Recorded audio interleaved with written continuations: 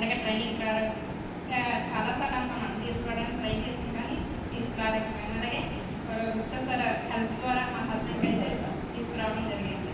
నేనైతే చాలాసార్లు రిక్వెస్ట్ చేస్తాను, కానీ మా హస్బెండ్ రావడానికి ఒప్పుకోలేదు. కానీ గుప్తా సార్ రిక్వెస్ట్ చేయడం వల్ల మా హస్బెండ్ వచ్చారు, క్లియర్ అయ్యారు. అలాగే మా టీం తీసుకెళ్ళడం జరిగింది. మా టీం మళ్ళీ ఇలాంటి మెగా షో ఎప్పుడు వస్తుంది, ఎలా ఉంటుంది, చాలా ఎంజాయ్